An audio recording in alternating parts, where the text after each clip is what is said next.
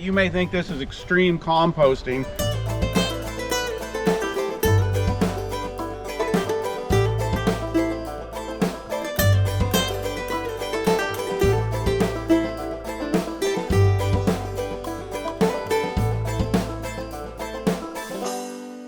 Today we're talking about one of my favorite subjects, composting and soil. I love building soil.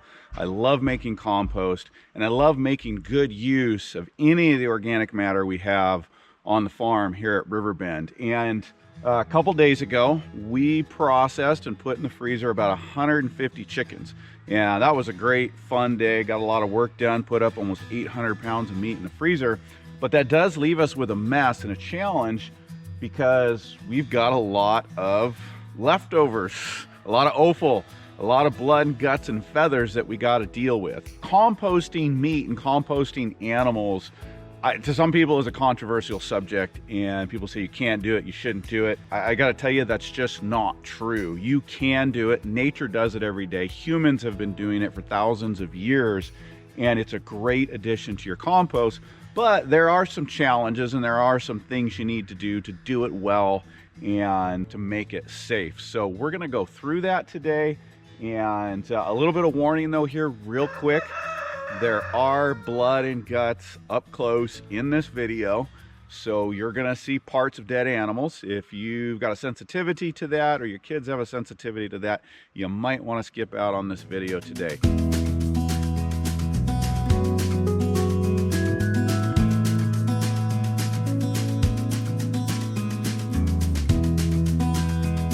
You can see we've got chicken heads, and we've got a lot of the innards from the chickens. We've got feathers, and we've got blood. Somebody's already gotten this started for us when they were cleaning out the equipment and got it right in here into the beginning of our pile. You can see I've already got a lot of wood shavings and tons of carbon. Here is the trick to this when you're starting this pile. We've got lots of wood shavings. We've got some here standing by in the bucket of the tractor to mix in, and we've got some of the barn waste. So because this compost pile is nearly done, and we're going to start putting it on the garden back there here in just a few weeks and doing our fall prep. Now some of the barn waste is starting to come to this new compost pile.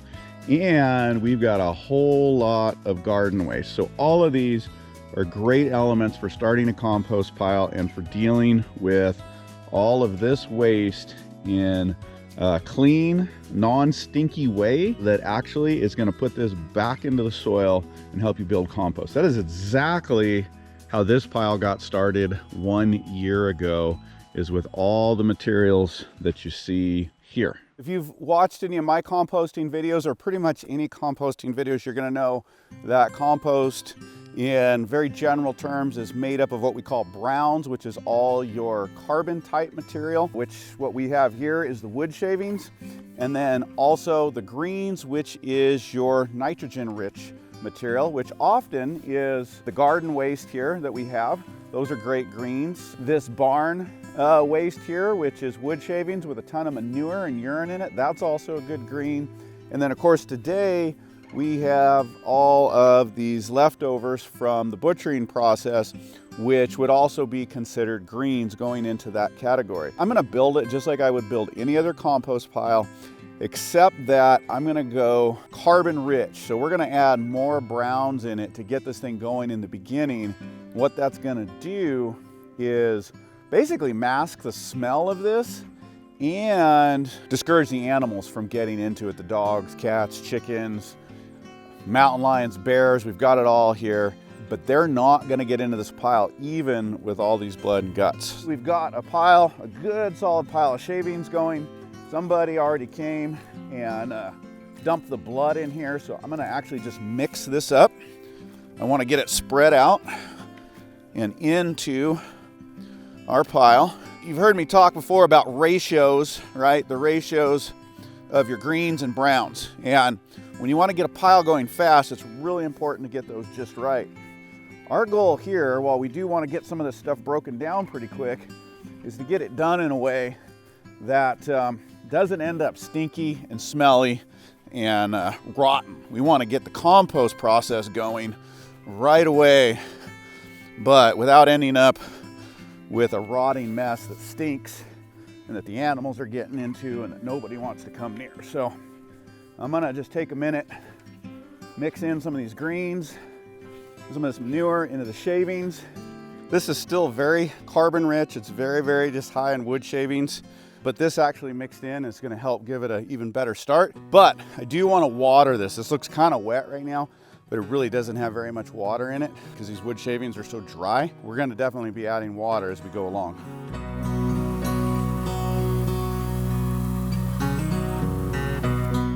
We're gonna add some of our leftovers. Not pretty, but good use of what we've got here. We're gonna do a little bit more. I don't even know what this is. Okay, some of the blood, leftover parts. Mix it in just a little, get it all in contact. I'm also not gonna put anything near the edge. Okay, we're gonna leave a good edge around it. That's gonna keep it well buried in there. Now, we're gonna need a little more greens than that. So we're gonna add in some of our garden waste. And ideally, it would be better if some of this was chopped up a little bit more if I was trying to get it done quickly. But again, this pile, I don't need it for a year. So I really don't mind. This will all break down in time. Now we're gonna want some of our shavings thrown in there.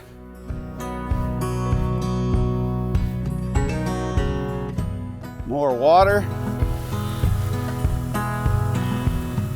You need a lot of water when you're working with these dry shavings. Now we're gonna add in a couple more buckets of the waste material.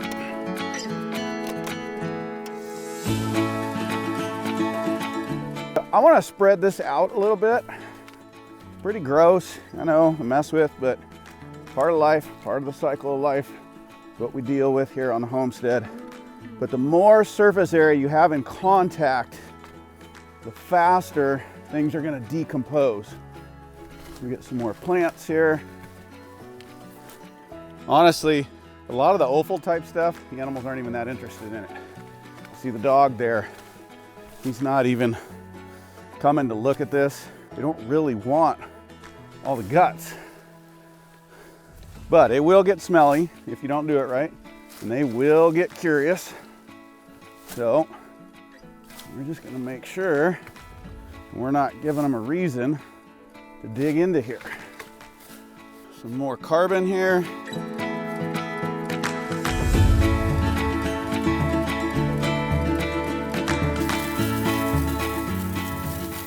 Here's another thing. Rinse out your buckets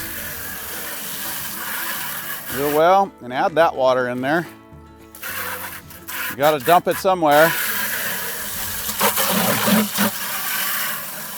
You might as well clean your buckets out and dump it here. Really takes a lot of water when you got this much material if you want to kickstart this composting process so that stuff is actually breaking down, not just rotting, which rotting is breaking down as well. But we want to get it activated, get it moving quickly. All the bacteria in there is going to break this down rather quickly if it gets going properly. That also helps reduce and even eliminate smell. Add our feathers.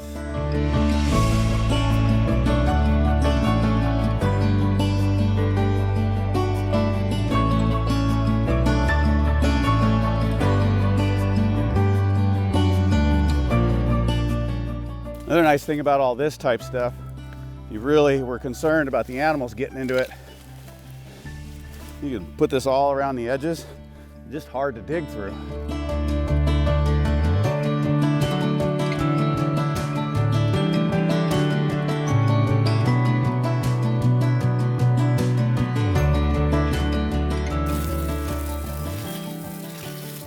Oh, and hey,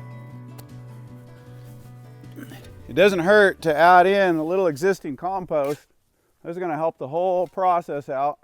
Would have been better even if I would have added a little bit of that in the beginning. That's going to help things out quite a bit. There's already a lot of good active bacteria in this compost. It's very active right now. This is still 130, 140 degrees. Basically the pile is built here. And this is going to be a work in progress for me because we're going to be adding a whole lot of garden waste and barn waste. But what I'm going to do right now is just take a few scoops from the tractor and cover this up to just ensure that we're keeping the smell down, we're keeping, you know, the air away from everything on the outside. And that's just going to insulate it a little bit since we're cooling off. But more importantly, it'll just discourage the animals because it just really masks that smell. There's enough carbon there, and they're just not going to get into it too much.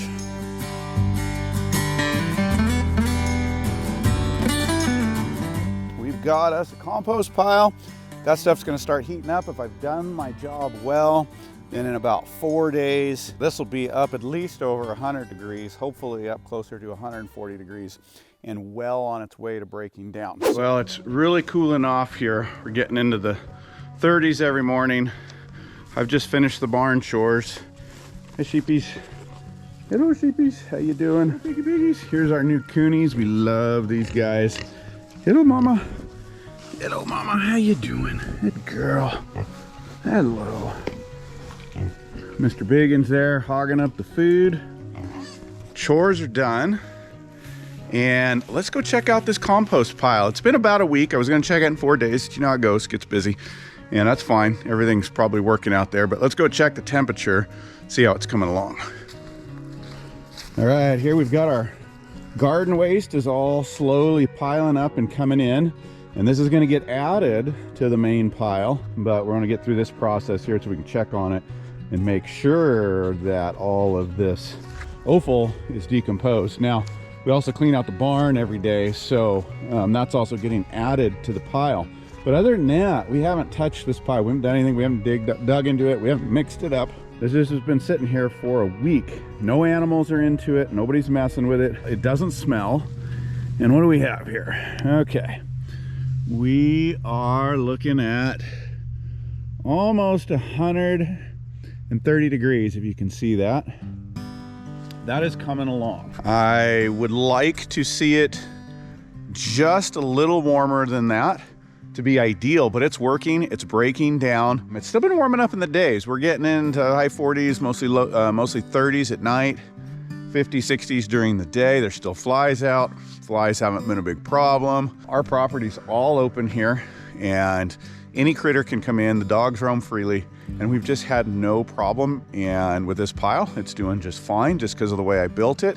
And it's decomposing. It's working, even if it's working maybe a little slower than I would like. So I'm gonna give this a few more days, and then we're gonna get in here, see how it's done. We'll add everything else that's here and mix this all together so that it really just goes to work, and it'll be probably ready to sit for the winter after that, so that by next year it will turn into this. Check that out. That is nice. Big pile of compost. This is almost finished. And in fact, in the next few weeks here, certainly before the snow comes, we're gonna take this and we're gonna start spreading it onto the main crop garden and other places as needed. Okay, see you in a few days. It has been a long and productive Saturday.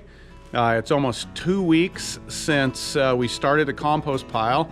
Just finished building these mangers right here, these feed troughs in the barn. This is really gonna help us out a lot. Lessen the waste of our food, keep things a little cleaner in the barn. There's the pigs, here's our coonies. They're doing good. Hey, sweetheart, what's going on? How you doing, huh? How you doing? That's a good girl. Yeah, that's a good girl. Say hi. Now that we're done, let's go check on that compost pile and see how it's going. How are we doing on temperature? Hey, we're at 120 degrees and it's cooled off a bit, but that's still real good. Let's dig into it and let's see what we find.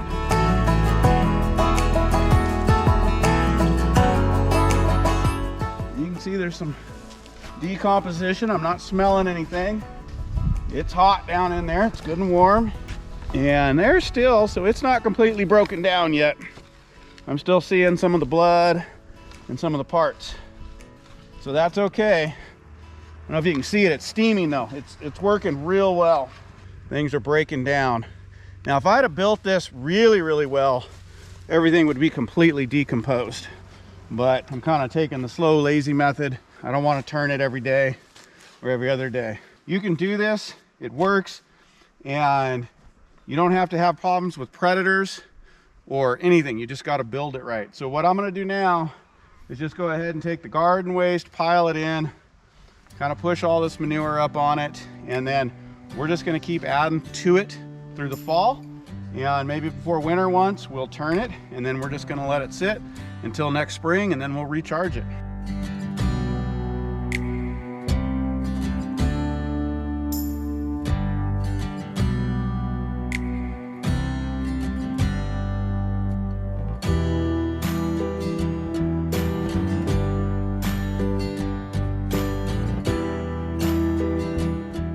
This pile's well on its way. You may think this is extreme composting, but you know what? It's going to get even better, because in about a month, we're going to process our beef, our pigs, our sheep, and we're going to put all that waste in this as well and keep growing this thing.